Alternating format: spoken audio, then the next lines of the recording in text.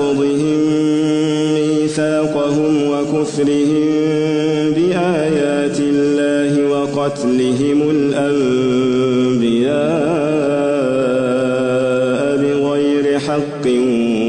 وقولهم قلوبنا غلف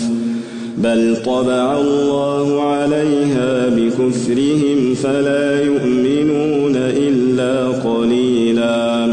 وبكفرهم وقولهم على مريم بهتانا عظيما وقولهم إنا قتلنا المسيح عيسى ابن مريم رسول الله وما قتلوه وما صلبوه ولكن شبه لهم وإن الذين اختلفوا فيه لفي شك منه ما لهم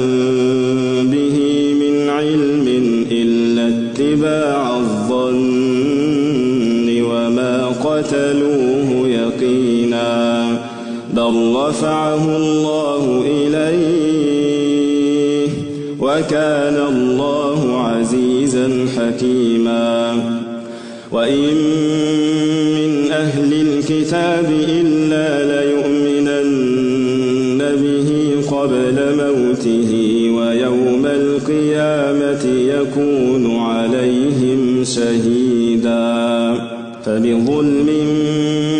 من الذين هادوا حرمنا عليهم طيبات أحلت لهم وبصدهم عن سبيل الله كثيرا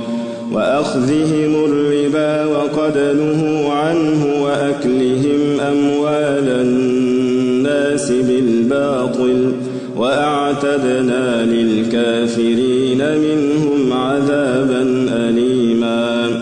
لكن الراسخون في العلم منهم والمؤمنون يؤمنون بما أنزل إليك وما أنزل من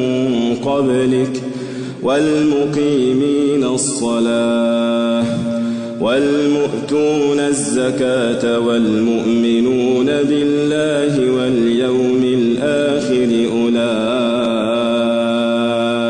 سنؤتيهم أجرا عظيما